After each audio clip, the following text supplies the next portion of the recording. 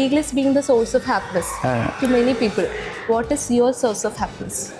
എൻ്റെ source of happiness എന്ന് പറയുന്നത് അവരെ സന്തോഷമാക്കുക എന്നുള്ളത് എൻ്റെ വലിയൊരു സന്തോഷമാണ്. അതായത് എന്നുവെച്ചാൽ ഞാൻ ഒരിക്കലും അവരെ സന്തോഷിപ്പിക്കുക എന്നുള്ളത് മാത്രമല്ല എൻ്റെ ഡ്യൂട്ടി.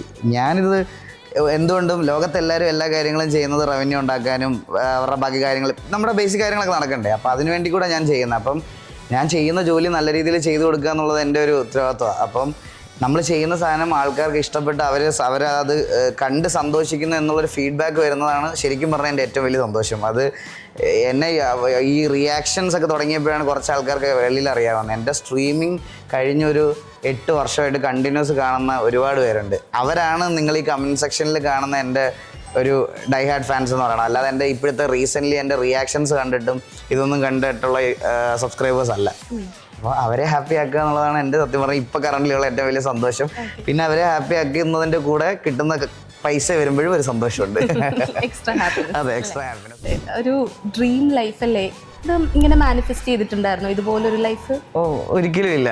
ലൈക്ക് എന്താ പറയുക, വളരെ പെട്ടെന്ന് ഷോർട്ട് ടൈമിൽ ഞാൻ എടുത്തൊരു ഡിസിഷനിൽ നിന്നുണ്ടായ ഒരു ഒരിക്കലും ഒരു ഗെയിമർ ആവണം. ഞാനൊരു ശരിക്കും ഒരു ഗെയിമർ എന്ന് പറയാൻ എനിക്ക് അങ്ങനത്തെ ഇപ്പോഴത്തെ ആൾക്കാരെ പോലെ പ്യുവർ ഗെയിമിംഗ് ബാക്ക്ഗ്രൗണ്ടിൽ നിന്ന് വന്ന് സ്ട്രീമറായ ആളല്ല ഞാനിത് പൈസ ഉണ്ടാക്കാൻ വേണ്ടി തുടങ്ങിയതാണ്. ശരിക്കും പാഷൻ അങ്ങനൊന്നും അല്ലായിരുന്നു. അതൊരു സമയം വരെ എനിക്ക് ഞാൻ കോളേജിൽ പഠിക്കുന്ന സമയത്ത് പൈസയ്ക്ക് വേണ്ടി തന്നെ തുടങ്ങിയത്. പൈസ ഉണ്ടാക്കണം, കാരണം അന്ന് യൂട്യൂബേഴ്സ് ആരും ഇല്ല ഇങ്ങനെ ഗെയിമിംഗ് കോണ്ടൻറ്റ്സ് ഇടുന്നത്. ഉണ്ട്, ക്യാഷ് ഒക്കെ ഉണ്ട് ഒബ്വിയസ്ലി. ഞാൻ പറയണത് അങ്ങനെയല്ല, നമ്മുടെ നാട്ടിൽ വിരലിലെണ്ണാവുന്നതിലും കുറവായിരുന്നു ഗെയിമിംഗ് കോണ്ടൻറ്റ്സ് ഉണ്ടാക്കുന്നവർ. അപ്പോൾ അതിലേക്ക് വരെ എളുപ്പമായിരുന്നു എനിക്ക്. വളരെ കുറച്ച് പേരെ കോമ്പറ്റീഷനിൽ ഉണ്ടായിരുന്നുള്ളൂ. അപ്പോൾ ഒബ്വിയസ്ലി വന്നു കഴിഞ്ഞതിന് ശേഷമാണ് പിന്നീട് ഇത് ജീവിത റൂട്ടീനിൽ വന്നാണ് പിന്നീട് എനിക്കിതൊരു പാഷനായത്. പിന്നെ അതുവരെ ഞാൻ ഉറപ്പായിട്ട് ഞാൻ പറയത്തില്ല ഞാൻ എൻ്റെ പാഷൻ്റെ പുറത്ത് തുടങ്ങിയതാണെന്ന് ഒരിക്കലും ഞാൻ പറയത്തില്ല. പൈസ ഉണ്ടാക്കാൻ വേണ്ടി തുടങ്ങിയതാണ്. അപ്പോൾ ഒരു പർട്ടിക്കുലർ ടൈം കഴിഞ്ഞപ്പം അതിൽ നിന്ന് പൈസയും കിട്ടുന്നുണ്ട്, സന്തോഷം കിട്ടുന്നുണ്ടെന്ന് അറിഞ്ഞപ്പോഴത്തേക്കും നല്ലൊരു അറ്റ്മോസ്ഫിയറിലേക്ക് വന്നു ഞാൻ.